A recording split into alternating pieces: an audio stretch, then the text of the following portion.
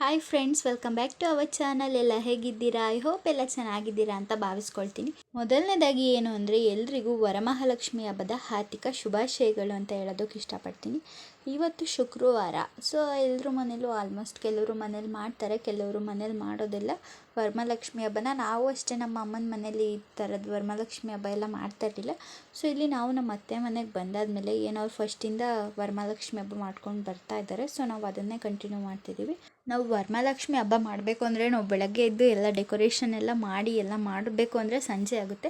ನಾವು ಏನಂದರೆ ಬೆಳಗ್ಗೆನೇ ಬೇಗ ಪೂಜೆ ಮಾಡೋಣ, ರಾಹುಕಾಲ 10:30 ಸ್ಟಾರ್ಟ್ ಆಗುತ್ತೆ ಅಂತ ಹೇಳ್ತಿದ್ರು. ಸೊ ಅಷ್ಟೊತ್ತಿಗೆ ಬೇಗ ಪೂಜೆ ಮಾಡೋಣ ಅಂತ ಹೇಳ್ಬಿಟ್ಟು 9:30 ಪೂಜೆ ಆಗೋ ಥರ ಎಲ್ಲ ಬೇಗನೆ ರಾತ್ರಿನೇ ಎಲ್ಲ ರೆಡಿ ಮಾಡಿಟ್ಟಿದ್ವಿ. ಸೊ ನಮ್ಮನೆ ವರಮಹಾಲಕ್ಷ್ಮಿನೆಲ್ಲ ರೆಡಿ ಮಾಡಿದ್ದಾಯಿತು. ಇವಾಗ ನಾನು ರೆಡಿ ಆಗೋಣ ಅಂತ ನಾನು ಸಹ ರೆಡಿಯಾಗಿ ಪೂಜೆ ಮಾಡೋಣ ಅಂತ ಹೋಗ್ತಾಯಿದ್ದೀನಿ. ಪೂಜೆಗೆ ಎಲ್ಲ ಸಹ ದೇವರೆಲ್ಲ ತೊಳೆದು ನೀಟಾಗಿ ಇಟ್ಕೊಂಡಿದ್ವಿ. ಇದು ನಮ್ಮ ದೇವ್ರ ಮನೆ. ಏನು ಅಂದರೆ ನಾವು ಪೂಜೆ ಮಾಡಬೇಕಾದ್ರೆ ಏನಾದರೂ ಪ್ರಿಪ್ರೇಷನ್ ಮಾಡ್ಕೊಳಕ್ಕೆ ಹೋದರೆ ಸಖತ್ ಟೈಮ್ ಆಗುತ್ತೆ. ಸೊ ನಾವು ಮುಂಚೆನೇ ಎಲ್ಲ ನೀಟಾಗಿ ಜೋಡಿಸಿಟ್ಕೊಂಡು ಆಮೇಲೆ ಪೂಜೆ ಮಾಡಿದರೆ ಸೊ ಆಲ್ಮೋಸ್ಟ್ ಅಲ್ಲಿ ಬೇಗ ಮುಗಿಯುತ್ತೆ. ಹಾಗೆ ನಾವು ಪೂಜೆಗೆ ಅಂತ ಬಿಲ್ಪತ್ರನೂ ಸಹ ತಂದಿದ್ವಿ. ನನ್ನ ಅನಿಸಿಕೆ ಆಲ್ಮೋಸ್ಟ್ ಕೆಲವು ದೇವ್ರುಗಳಿಗೆ ಬಿಲ್ಪತ್ರೆ ತುಂಬ ಆಕರ್ಷಕವಾಗಿರುತ್ತೆ, ಹಾಗೆ ತುಂಬ ಒಳ್ಳೆಯದು ಅಂತ ಹೇಳ್ತಾರೆ. ಬಟ್ ನಮ್ಮ ಗುರುಗಳು ಇದನ್ನ ಇಷ್ಟಪಡ್ತಾರೋ ಇಲ್ಲೋ ನನಗಂತೂ ಖಂಡಿತವಾಗಿಯೂ ಗೊತ್ತಿಲ್ಲ. ಸೊ ನಾವು ನೆಕ್ಸ್ಟು ಪೂಜೆನೂ ಮಾಡಿದ್ದಾಯಿತು. ಇವಾಗ ಲಕ್ಷ್ಮಿ ಹತ್ರನೂ ಸಹ ದೀಪ ಎಲ್ಲ ಹಚ್ಚಿ ಪೂಜೆ ಮಾಡೋಣ ಅಂತ ಹೋದೆ. ನಾನು ಫಸ್ಟಲ್ಲೇ ಎಲ್ಲ ಹೂವಿನ ಡೆಕೋರೇಷನ್ ಎಲ್ಲ ಹೂವೆಲ್ಲ ಹಾಕ್ಬಿಟ್ಟು ಎಲ್ಲ ಹೂವೆಲ್ಲ ಇಟ್ಟು ರೆಡಿ ಮಾಡಿದ್ವಿ. ಬಟ್ ದೀಪ ಒಂದು ಹಚ್ಚಿರಲಿಲ್ಲ. ಸೊ ದೀಪ ಹಚ್ಚಿ ನೆಕ್ಸ್ಟು ಕುಂಕುಮ ಅದನ್ನೆಲ್ಲ ಹಚ್ಚಿ ಇವಾಗ ಫೈನಲಿ ಪೂಜೆ ಮಾಡ್ತಾಯಿದ್ದೀನಿ.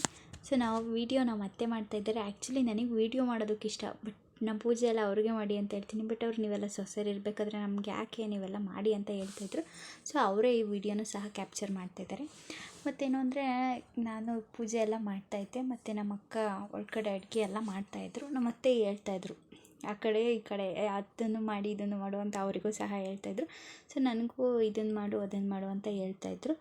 ಸೊ ಹೇಗೋ ಮ್ಯಾನೇಜ್ ಆಗುತ್ತೆ 3 ಇರೋದ್ರಿಂದ. ಬಟ್ ಒಬ್ಬೊಬ್ಬರು ಮನೇಲಿ ಅದು ಹೆಂಗೆ ಮಾಡ್ತಾರೋ ನನಗಂತೂ ಖಂಡಿತವಾಗ್ಲೂ ಗೊತ್ತಿಲ್ಲ. ಏನೋ ಒಂದು ಹಬ್ಬ ಮಾಡಬೇಕು ಅಂದರೆ ಒಂದು 2-3 ಡೇಸಿಂದ ಯೋಚನೆ ಮಾಡ್ತಾ ಇರ್ತಾರೆ, ಅದನ್ನು ಮಾಡಬೇಕು ಇದನ್ನು ಮಾಡಬೇಕು ಅಂತ. ನೆಕ್ಸ್ಟು ಪೂಜೆ ಎಲ್ಲ ಮಾಡಿ ಅದ್ರದ್ದೊಂದು ಕ್ಯಾಪ್ಚರ್ ಮಾಡ್ತಾಯಿದ್ದೀನಿ ಎಲ್ಲ ಪೂಜೆ ಎಲ್ಲ ಮುಗಿದ್ಮೇಲೆ. ಮತ್ತು ಹಾಗೆ ಕೆಲವೊಂದಿಷ್ಟು ರೀಲ್ಸ್ಗಳನ್ನ ಮಾಡಿ ಅಪ್ಲೋಡ್ ಮಾಡಿದ್ದಾಯಿತು. ಮತ್ತೇನು ಅಂದರೆ ನಾನು ಈ ವರಮಹಾಲಕ್ಷ್ಮಿ ಹಬ್ಬದಲ್ಲಿ ಕೆಲವೊಂದು ಮಿಸ್ಟೇಕ್ಸ್ ಇರ್ಬೋದು, ಅದನ್ನು ಹೇಗೆ ಮಾಡೋದು ಹೆಂಗೆ ಮಾಡೋದು ಅಂತ ಕೆಲವೊಂದು ಗೊತ್ತಿಲ್ಲದೆ ಇರ್ಬೋದು, ಅಥವಾ ಏನಾದರೂ ತಪ್ಪು ಸಹ ಮಾಡಿರ್ಬೋದು. ದಯವಿಟ್ಟು ನಿಮಗೇನಾದರೂ ತಪ್ಪು ಅಂತ ಅನಿಸಿದರೆ ಏನು ತಪ್ಪಿದೆ ಅಂತ ದಯವಿಟ್ಟು ಕಮೆಂಟ್ ಮಾಡೋದನ್ನು ಮರಿಬೇಡಿ. ಮತ್ತು ಇನ್ನೂ ಏನಾದರೂ ಎಕ್ಸ್ಟ್ರಾ ಏನಾದರೂ ಮಾಡಬೇಕು ಅಂತ ಅಂದರೆ ಅದನ್ನು ಸಹ ಕಮೆಂಟ್ ಮಾಡಿ ಅಂತ ಹೇಳ್ತೀನಿ. ನಾವು ಯಾವುದೇ ಒಂದು ಪೂಜೆ ಮಾಡ್ತಾಯಿದ್ದೀವಿ ಅಂದರೆ ಅದರಲ್ಲಿ ಕೆಲವೊಂದಿಷ್ಟು ತಪ್ಪುಗಳಾಗಿರುತ್ತೆ.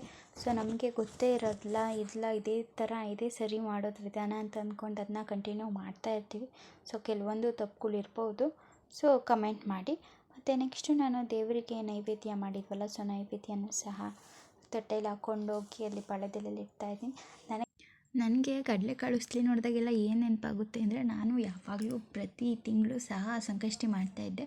ಸೊ ನಾನು ಅವಾಗೆಲ್ಲ ಅಂದ್ಕೊಳ್ತಾ ಇದ್ದೆ, ನಾವು ಕಡಲೆಕಾಳಿಂದ ಈ ಥರ ಉಸ್ಲಿ ಥರದ್ದು ಮಾಡ್ಕೊಂಡೋಗಿ ನೈವೇದ್ಯ ಮಾಡಬೇಕು ಗಣಪತಿಗೆ ಅಂತ. ಸೊ ಅದೊಂದು ಆಸೆ ಇನ್ನೂ ಸಹ ಈಡೇರಿಲ್ಲ.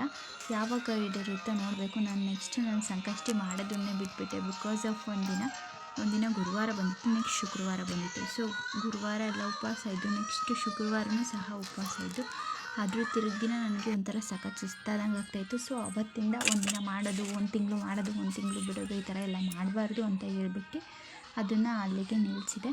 ಸೊ ಕೆಲವೊಂದು ಸಲ ಸಂಕಷ್ಟಿದಾಗ ಹಾಗೆ ದೇವಸ್ಥಾನಕ್ಕೆ ಹೋಗಿ ಬರ್ತೀನಿ ಅಷ್ಟೇ, ಉಪವಾಸ ಎಲ್ಲ ಇರೋದಕ್ಕೆ ಹೋಗೋದಿಲ್ಲ. ನಾನು ನೆಕ್ಸ್ಟು ನಮ್ಮ ಗುರುಗಳಿಗೂ ಸಹ ನೈವೇದ್ಯ ಮಾಡ್ತಾಯಿದ್ದೀನಿ. ಹಾಗೆ ನಮ್ಮ ಲಕ್ಷ್ಮಿಗೂ ಸಹ ನಾವು ನೈವೇದ್ಯ ಮಾಡಿಬಿಟ್ಟು ಈ ಥರ ಒಂದು ಬಾಳೆ ಎಲೆ ಹಾಕ್ಬಿಟ್ಟು ಅದನ್ನು ಮುಚ್ಚಬೇಕಂತೆ. ಸೊ ಅದನ್ನು ಸಹ ಮಾಡಿ ಹಾಗೆ ನಾನು ನನ್ನ ಮಗಳು ಕೆಲವೊಂದಿಷ್ಟು ಫೋಟೋಗಳು ತೊಗೊಂಡು ಹಾಗೆ ಕೆಲವೊಂದಿಷ್ಟು ರೀಲ್ಸ್ಗಳನ್ನ ಮಾಡ್ತಾಯಿದ್ದೀವಿ. ಸೊ ನಮ್ಮನೆಯವರು ಹಾಗೆ ನಮ್ಮದೊಂದು ಕೆಲವೊಂದು ಫೋಟೋಗಳನ್ನ ಸಹ ತೆಗಿತಾಯಿದ್ರು. ಇವಾಗ ಅಡುಗೆ ಸೀಸನ್ ಸಹ ಇರೋದ್ರಿಂದ ಅವರಂತೂ ಸಿಕ್ಕಾಪಟ್ಟೆ ಬ್ಯುಸಿ ಇರ್ತಾರೆ. ಸೊ ಅವ್ರ ಮನೆಗೆ ಊಟ ಮಾಡೋಕ್ಕೆ ಬರೋದು ಸಹ ಒಂದ್ಸಲ ಡೌಟ್ ಅನ್ನಿಸ್ತಾ ಇರುತ್ತೆ, ಅಲ್ಲೆಲ್ಲಾದರೂ ಉಂಡ್ಕೊಂಡು ಸುಮ್ಮನಾಗ್ಬಿಡ್ತಾರೆ. ಸೊ ನಾವು ನಮ್ಮ ಮನೆ ವರಮಹಾಲಕ್ಷ್ಮಿದು ಇವತ್ತಿನ ದಿನಚರಿ ಹೀಗಿತ್ತು. ಹಾಗೆ ನಾವು ಕೆಲವಷ್ಟು ಜನನ ಕುಂಕುಮಕ್ಕೆ ಕರೆದಿದ್ವಿ. ಹಾಗೆ ನಾವು ಬೇರೆಯವ್ರ ಮನೆಗೂ ಸಹ ಕುಂಕುಮಕ್ಕೆ ಹೋಗಿದ್ವಿ. ಸೊ ಅಲ್ಲಿಗೆ ಹೋದಾಗ ಅವರು ಈ ಥರ ನಮಗೆ ಒಂದು ಉಡಿ ಅಂತ ಹೇಳ್ತಾರೆ, ಅದನ್ನೆಲ್ಲ ಕೊಟ್ಟರು. ನನ್ನ ಮುದ್ದು ಕರ್ಕೊಂಡೋಗಿದ್ದೆ, ಅವಳು ಸಹ ನಮಗೆ ಕೈಗೆ ಕಟ್ಟಿ ಅಂತ ಹೇಳ್ತಾ ಇದ್ಲು. ಸೊ ಅವಳು ಕೈಗೆಲ್ಲ ಅದನ್ನು ಹೂವನ್ನೆಲ್ಲ ಕಟ್ಟಿಸ್ಕೊಂಡು ಹಾಗೆ ಏನು ಹೇಳ್ತಾ ಇದ್ಲು ಅಂದರೆ ನನ್ನ ಮಗಳು ಕುಂಕುಮ ಇಡಿ ಅಂತ ಎಲ್ಲ, ಇನ್ನೂ ಅವಳಿಗೆ ಅಷ್ಟು ಮಾತು ಬರೋದಿಲ್ಲ ಅಲ್ವಾ. ಸೊ ಅವಳು ತೋರಿಸ್ತಾ ಇದ್ಲು, ಹಾಗೆ ಇಲ್ಲಿ ಆ್ಯಕ್ಷನ್ ಮಾಡೆಲ್ಲ ತೋರಿಸ್ತಾ ಇದ್ಲು, ಕುಂಕುಮ ಇಡಿ ನನಗೆ ಕೈ ಕಟ್ಟಿ ಅಂತ. ಸೊ ಚಿಕ್ಕ ಮಕ್ಕಳಿದ್ರೆ ಎಷ್ಟು ಚೆಂದ ಅಲ್ವಾ ಮನೆ. ಹಾಗೆ ನಾವು ನಮ್ಮ ಪಕ್ಕದ ಮನೇಲಿ ಹೋಗಿದ್ವಲ್ಲ, ಸೊ ಉಡಿ ತೊಗೊಳೋದಕ್ಕೆ ಅಂತ ಅರಿಶಿನ ಕುಂಕುಮಕ್ಕೆ ಹೋಗಿದ್ವಲ್ಲ. ಸೊ ಅಲ್ಲಿ ಅವರು ಕೂರಿಸಿದ್ದಂಥ ಲಕ್ಷ್ಮಿನೂ ಸಹ ನಾನು ಕ್ಯಾಪ್ಚರ್ ಮಾಡಿದ್ದೀನಿ ನೋಡಿ. ಅವರು ಸಹ ತುಂಬ ಚೆನ್ನಾಗಿ ಕೂರಿಸಿದ್ರು ಲಕ್ಷ್ಮಿನ. ಸೊ ಅಲ್ಲೇದು ಸಹ ಕ್ಯಾಪ್ಚರ್ ಮಾಡಿದೆ. ಸೊ ಇದಾಗಿತ್ತು ಇವತ್ತಿನ ವರಮಹಾಲಕ್ಷ್ಮಿ ಹಬ್ಬದ ಒಂದು vlog. Thank you for watching. Do subscribe my channel.